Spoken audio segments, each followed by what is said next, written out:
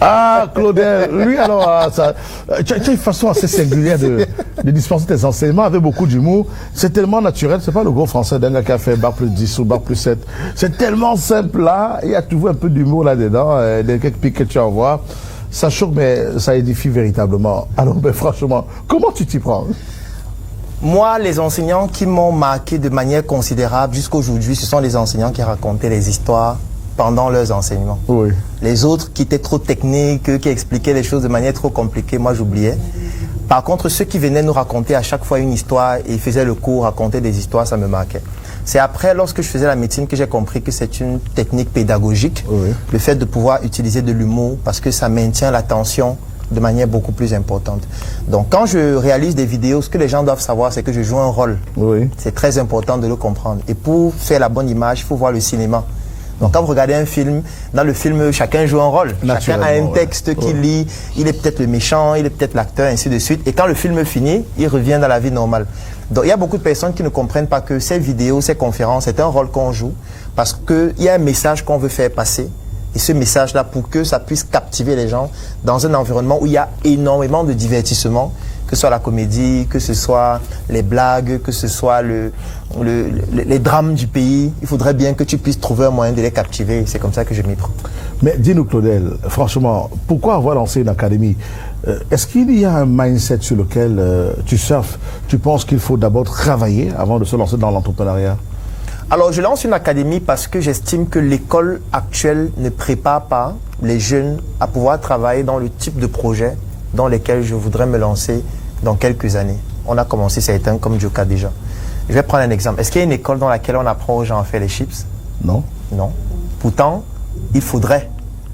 Parce qu'on se dit que les chips, c'est juste de prendre le plantain, de couper, mettre dans l'huile et vendre. Mais on a réussi à leur démontrer que non, les chips, c'est un métier. C'est pour ça qu'on l'a fait de cette façon. On n'utilise pas n'importe quel type de plantain, on n'utilise pas n'importe quel type d'huile. On utilise des thermomètres parce que le plantain se fait cuire à une certaine température. On utilise des process en 13 étapes pour pouvoir obtenir notre plantain et de pouvoir donc produire un produit de ce type. C'est une technologie, je vais le dire comme ça. Oui. La preuve, on est en train de le breveter à l'OAPI. Donc c'est pour dire que normalement, il devrait y avoir des écoles qui forment des personnes à pouvoir venir travailler dans notre usine. Parce qu'aujourd'hui, si on veut recruter un jeune pour qu'il vienne travailler en Joka, qu'est-ce qui va se passer? Même s'il a bac plus 22, quand il va arriver le premier jour, on sera obligé de le former, puisqu'il ne connaît rien de ce qu'on fait, puisque l'école ne le prépare pas à le faire.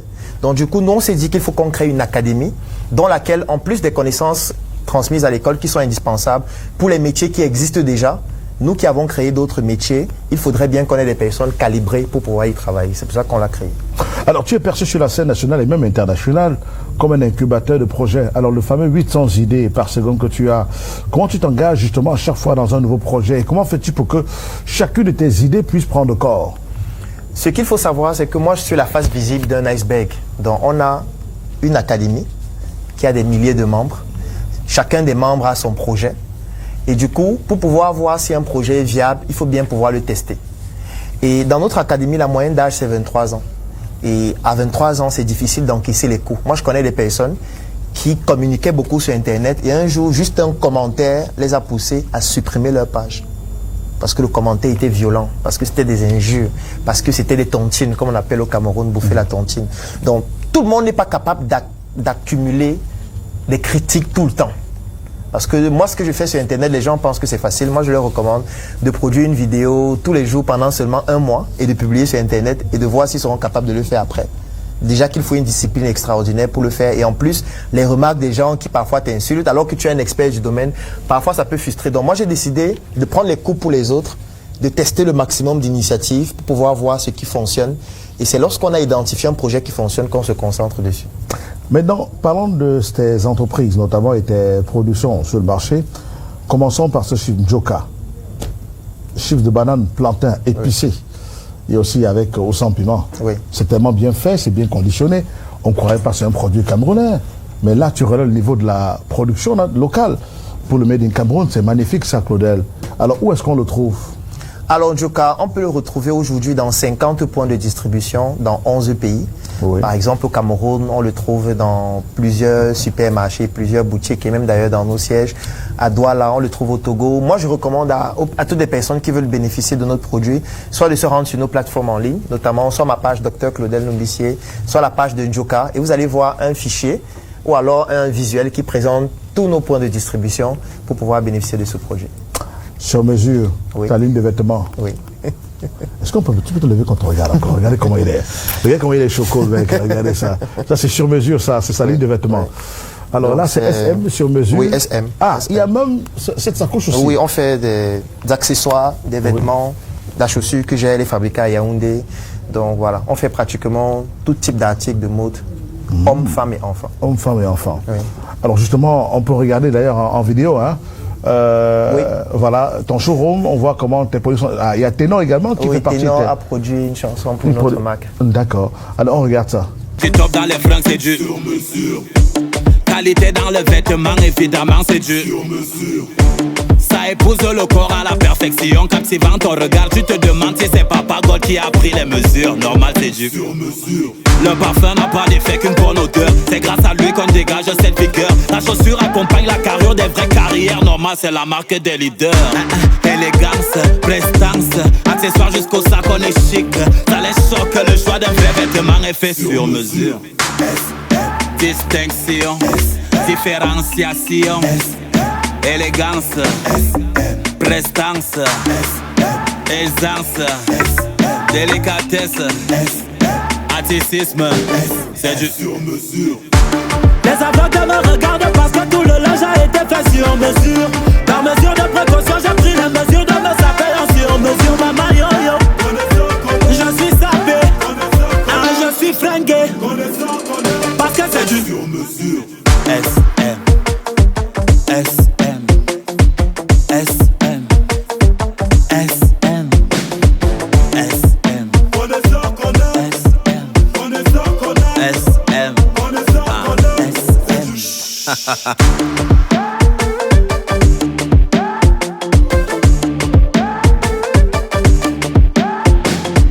Le parfum n'a pas d'effet qu'une bonne odeur. C'est grâce à lui qu'on dégage cette vigueur. La chaussure accompagne la carrure des vraies carrières. Normal, c'est la marque des leaders. Distinction, différenciation, élégance, prestance, aisance, délicatesse, artistisme, c'est du sur mesure. Les avocats me regardent parce que tout le linge a été fait sur mesure. Par mesure de précaution, j'ai pris la mesure de mes appels en sur mesure. Maman yo-yo, je suis sapé, je suis fringué, parce que c'est du sur mesure.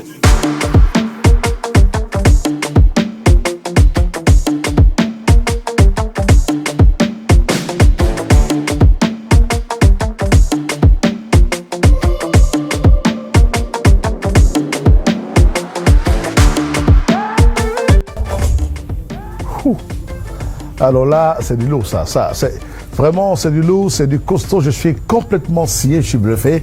Claudel, allez, franchement, je donne la main. Je donne la main. Je donne la main. Ça, franchement, c'est magnifique, ça. Mais allez, franchement, dis-nous, sur mesure, ta ligne de vêtements avec des sacs, Chips Njoka que nous voyons là en ce moment, distribués partout.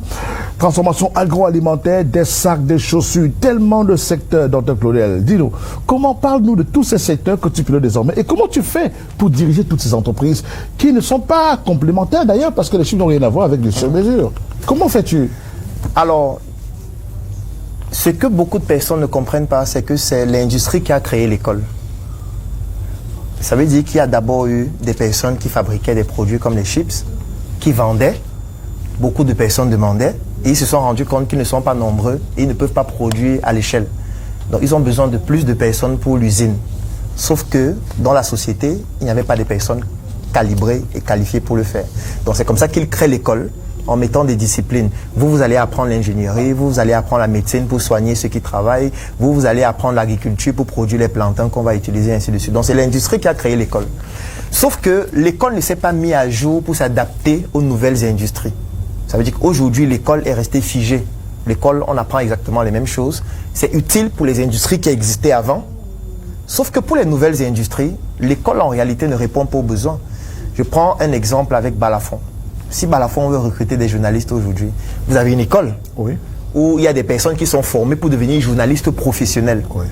Je suis certain que même si vous recrutez des journalistes là-bas et qu'ils viennent ici à Balafon, Balafon c'est un état d'esprit. Balafon c'est une philosophie, c'est une culture d'entreprise. Donc ils devront encore se former pour s'adapter afin de pouvoir travailler à Balafon selon le cahier de charge de Balafon. Sauf que chez nous c'est encore plus grave. Non seulement il n'y a pas d'école, parce que vous, quand même, vous avez les journalistes qu'on forme. Nous, on n'a pas d'école pour former ceux qui fabriquent les sacs. Il n'y a pas une école au Cameroun où on forme les gens à fabriquer les sacs, à fabriquer les chaussures. Moi, je ne connais pas une école où on formait les maîtres boutiers. Donc, nous, il fallait d'abord qu'on crée une école. C'est pour ça qu'on crée l'académie. Parce qu'il faut qu'on ait une école où on a d'abord des personnes. Et maintenant, pendant qu'on forme dans ces personnes-là, on leur donne aussi l'état d'esprit dans lequel eux, ils doivent être pour pouvoir développer nos projets. C'est pour ça que si vous voyez nos produits, vous allez vous rendre compte que nous mettons beaucoup d'accent sur les détails, sur le professionnalisme, sur la finesse. Même si vous venez dans notre boutique appelée à Yaoundé, vous allez vous rendre compte qu'on essaye de faire des choses d'une certaine façon pour sortir du cadre conventionnel. Mais pour le faire, il a d'abord fallu qu'on développe l'académie. Donc l'académie m'a permis de pouvoir créer une masse critique de personnes, du moins de pouvoir encadrer une masse critique de personnes. Et ce sont avec ces personnes que je travaille dans tous les projets. Donc l'ODEL, c'est juste celui que vous voyez sur Internet, mais en fait, derrière, il y a des milliers de personnes. Mais justement, on a toujours, Claudel, on a toujours reproché aux coachs que nous sommes, nous et nos confrères, que on dispense des connaissances. Bon, en fait, la plupart des coachs, on a dit, mais écoutez, ils parlent, ils ont déjà fait quoi? Oui. Alors, est-ce que justement, le fait aujourd'hui pour toi d'avoir toutes ces entreprises dans plusieurs villes, et même au-delà du Cameroun, puisque tu es basé également en Côte d'Ivoire, avec plusieurs entreprises de plusieurs villes, des locaux différents, dans la même ville, ici, on peut trouver sur mesure, là-bas, à Saint-Joka, autre chose, et puis ta Startup Academy. Est-ce que ça ne contribue pas à renforcer ton capital crédit, te donner plus de crédit? Quand tu parles, on dit, c'est un entrepreneur qui me parle, il l'a fait, on a vu. Alors oui, parce que effectivement, on rencontre beaucoup de personnes qui disent, voilà comment devenir riche. Ouais. Et puis après, qui au final sont au chômage parce que leur travail, c'est juste de dire aux autres comment devenir riche. Donc moi, la première chose qu'il faut savoir, c'est que je suis médecin. Donc s'il faut parler d'école, j'ai fait l'école comme les autres. Donc ça, c'est d'abord quelque chose que je fais pour inviter les jeunes à fréquenter. Parce que parfois, les gens comprennent du travail, ne comprennent pas ce qu'on dit. Tout à l'heure, quand j'ai expliqué que c'est l'industrie qui crée l'école et que nous, on a dû créer notre académie, ça ne veut pas dire que l'école ne sert à rien. L'école est utile pour les industries qui existent déjà. Donc, vous devez, si vous souhaitez avoir une carrière dans ces industries, être très bon à l'école. Maintenant, Claudel a dû augmenter sa crédibilité en mettant sur pied des projets. Ça veut dire que quand je parle de business, c'est parce qu'il y a Ndjoka, c'est parce qu'il y a Sur Mesure, c'est parce que j'ai un cabinet de consulting, c'est parce qu'il y a la Startup Academy, c'est parce que c'est près de 10 ans d'expérience, c'est parce que c'est plus de 150 personnes avec qui je travaille partout à travers le monde. Ça veut dire si je parle de ressources humaines, j'ai qualité pour en parler parce qu'au quotidien, je travaille avec des milliers de personnes. Donc, pour ça, il faut pouvoir se mettre sur le terrain soi-même. Et je parle donc de ne pas pleurer parce qu'au quotidien, tu as mille et une raisons de pleurer. Que ce soit des trahisons, que ce soit des échecs, que ce soit des redressements, que ce soit toute forme de difficulté. Donc quand je parle d'entrepreneuriat, je parle de ce que je vis au quotidien. Je parle des difficultés que je rencontre et ça permet donc à ce que je dis correspond mieux à notre réalité. Donc oui, effectivement, ça augmente la crédibilité. Alors je les imagine très nombreux qui voudraient vraiment te ressembler, te suivre tes pas. J'en vois qui demandent, mais Cyril, il forme où, il est situé où? Vous aurez tous ces renseignements dans un instant. Mais Claudel, il faut dire qu'au-delà d'être entrepreneur, coach, formateur, tu écris. Parce que aussi tu laisses des traces de tes connaissances, de ta sagesse. Tu ne voudrais pas aller mourir dans un cimetière et t'enterrer avec tes idées. Tu les as consignées dans des écrits. Tu écris aussi beaucoup, toi le jeune entrepreneur africain. Tu écris par toi où tu évoques également à la fois le système scolaire en Afrique et les mentalités. Puisque tu es là, parle-nous un peu. Est-ce qu'aujourd'hui l'école africaine est adaptée aux ambitions des pays africains? Parce que on a des enjeux de développement qui sont là tous les jours et qui reviennent beaucoup dans les discours politiques. Mais as-tu l'impression qu'il y a une adéquation systématique entre nos ambitions et nos formations? L'adéquation n'existe plus. Parce qu'aujourd'hui, notre réalité, c'est que, si je prends peut-être le Cameroun, plus de 80% des entreprises sont informelles.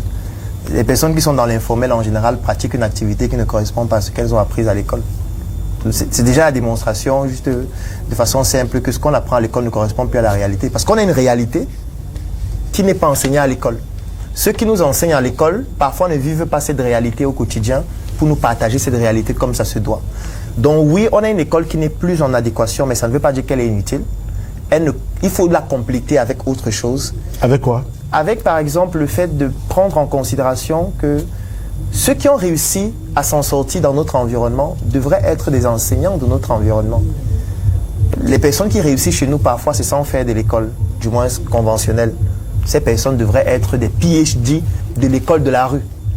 Donc on devrait pouvoir dire que oui, toi, tu as fait 20 ans dans le domaine de la distribution, dans le domaine de l'industrie, dans le domaine du commerce. Tu n'as pas fait l'école, mais en fait, tu as un PhD, tu as un doctorat PhD dans la distribution. Donc tu peux partager tes connaissances à des jeunes qui veulent faire carrière dans la distribution comme toi. Oui. Donc ça, c'est ce qu'il faudrait pouvoir intégrer aussi. Et des initiatives comme la Startup Academy, il en faut plusieurs. C'est-à-dire des personnes qui ont une grande vision par rapport à des projets spécifiques et qui ont besoin de personnes qui peuvent les accompagner dans cette démarche-là. Donc, l'inadéquation, elle est réelle. La preuve, c'est le chômage. Parce que voilà, s'il y avait une très bonne adéquation, ceux qui sortiraient de l'école auraient directement une orientation pour pouvoir travailler. Ce n'est pas le cas. Ça ne fait que s'aggraver. L'intelligence artificielle vient encore détruire davantage les choses. Donc, alors, est-ce que tout le monde peut devenir entrepreneur? Tout le monde peut le devenir, oui, mais tout le monde ne peut pas résister à la brutalité que cela, je veux dire, à laquelle vous allez faire face chaque jour. Alors, dis-moi, c'est quoi le quotidien d'un entrepreneur, d'un patron entrepreneur? Parce qu'il y a des patrons gestionnaires, il y a des patrons entrepreneurs. Oui, voilà. Oui, parce qu'il faut différencier le chef d'entreprise de l'entrepreneur. Le chef d'entreprise, c'est un salarié qui est juste le plus haut gradé, qui a le plus gros salaire, mais qu'on peut aussi virer à tout moment. Mais quand tu es un entrepreneur, tu ne peux pas démissionner de ton entreprise. Par exemple, aujourd'hui, est-ce que Cyril peut démissionner de Balafon et dire que c'est trop dur, je m'en vais faire autre chose? Non. C'est réussir ou mourir avec Balafon, c'est tout. Clair. Donc c'est ça la différence entre le chef et l'entrepreneur. Les réalités, je ne peux pas parler de toutes les réalités parce que je ne connais pas toutes les réalités. Donc je vais parler de mes réalités. Et l'avantage que j'ai, c'est que j'ai aussi des personnes avec qui je travaille qui ont des entreprises dont j'ai une idée des réalités. Donc c'est ce que je vais partager. La première réalité, c'est lorsqu'on est jeune. Parce qu'être jeune, c'est une difficulté en Afrique. Parce que quand tu es jeune, on considère que tu es incompétent, on considère que tu es insouciant, on considère que tu n'es pas mature, on considère que tu t'embrouilles. Donc du coup, quand tu interagis avec d'autres entrepreneurs qui sont plus âgés ou d'autres générations, ils ne te prennent pas suffisamment au sérieux. Donc c'est pour ça que moi je recommande aux jeunes de beaucoup lire, de se documenter, de se cultiver pour avoir le niveau de discuter avec les autres et leur montrer qu'il ne faudrait pas qu'ils aient une condescendance parce qu'il n'y a pas de corrélation entre l'âge et l'intelligence. Donc moi j'ai dû beaucoup lire, c'est pour ça que je publie aussi beaucoup de livres. J'en ai publié 12 à ce jour parce que j'estime que ce que je connais, je dois partager ça aux autres jeunes pour qu'eux ils s'en inspirent. Il ne faut pas qu'on lise seulement les livres qui viennent des États-Unis. Il y a des personnes ici chez nous qui font des choses exceptionnelles et il faudrait que ces personnes soient connues et qu'on puisse s'en inspirer de ces personnes. Donc, première difficulté, c'est la jeunesse. Deuxième difficulté, c'est le fait que, bon, c'est aussi une conséquence de la jeunesse. Quand vous travaillez avec des jeunes, chez nous la moyenne d'âge c'est 23 ans. Des jeunes, si je prends une fille, elle a envie de se marier, à un moment donné, elle veut faire sa vie, elle veut faire sa carrière. Donc, long terme avec elle, c'est difficile. C'est pour ça que le turnover est parfois très rapide. Quelqu'un va venir, va faire 1 an, 2 ans, il s'en va parce que lui-même, il a ses propres ambitions, il veut se bâtir. Qui dit jeune, dit quelqu'un qui émotionnellement n'est pas très solide. C'est pour ça que dans mes vidéos, je parle beaucoup d'émotions. Quand je dis ne pas pleurer, ça veut dire quoi? Ça veut dire qu'au quotidien, tu vas recevoir 10 nouvelles où 9 sont mauvaises. Oui. La première, on te convoque à la PJ. La deuxième, ce sont les impôts qui veulent savoir pourquoi est-ce que tu es sur Internet même, parce qu'ils estiment que voilà, tu gagnes trop d'argent et puis il faudrait qu'on te montre que tu dois arrêter ce que tu fais. La troisième nouvelle, c'est que voilà, tu as quelqu'un qui a démissionné. Quatrième, c'est quelqu'un qui utilise les informations de votre entreprise pour pouvoir créer la sienne. Donc au quotidien, tu as des mauvaises nouvelles. Et tu dois y faire face parce que pleurer ne changerait rien. Ne changerait rien. Donc avoir des jeunes dont parfois ça crée un gros problème aussi parce que parfois ils ne sont pas préparés à ça. Parfois c'est leur première fois de faire. Donc tu es obligé de leur confier des responsabilités pour lesquelles ils n'ont pas d'expérience. Et parfois tu dois couvrir les casses. L'autre difficulté c'est le financement. Parce que voilà, quand on vient de lancer son projet, est-ce qu'on a un titre foncier, est-ce qu'on a un terrain, est-ce qu'on a des biens immobiliers? Donc on n'est pas crédible sur le plan des institutions financières conventionnelles. Donc obligé de nous mettre ensemble pour faire nos projets. Et qui dit se mettre ensemble dit qu'il y a beaucoup d'intervenants. Quand il y a beaucoup d'intervenants, la gestion devient aussi plus difficile. Et l'autre chose, c'est le fait qu'on a un environnement où l'État ne protège pas les entrepreneurs. L'État n'accompagne pas les entrepreneurs à pouvoir être vraiment des champions et à pouvoir vraiment concurrencer ceux qui viennent d'ailleurs. Parce que je vais prendre un exemple. Les Chinois qui sont au Cameroun, la plupart, ce sont des entreprises étatiques. Donc ça veut dire que c'est l'État chinois qui les envoie au Cameroun. Et la plupart des fois, ils ont des financements quasi illimités. Et ils sont en compétition avec des Camerounais qui ont 1 million d'épargne et qui se battent tout seuls, sans accompagnement, Le game est plié d'avance en fait. Donc, on a cet accompagnement qui est absent. C'est pour ça que moi, mon leitmotiv, c'est travaillons ensemble. Si je fais 10 vidéos dans 9, je dis travaillons ensemble parce que si vous ne le faites pas, vous allez pleurer. Allez, merci d'être avec nous et bienvenue à ceux qui prennent Vous êtes juste arrivés devant votre téléviseur, vous regardez Balafon Télévision. C'est le week-end. Claudel Noubissi est notre invité ce matin. La mission est simple. Voici une arme capable de changer le mindset du continent africain. Détruire l'obésité de l'inconsistance intellectuelle dans laquelle se cache le coffret VIP. Il possède une arme contenant 200 heures de formation et 8 ans d'expérience entrepreneuriale. Recevez le pouvoir de devenir une meilleure version de vous-même. Armez-vous de cette clé pour une réussite entrepreneuriale.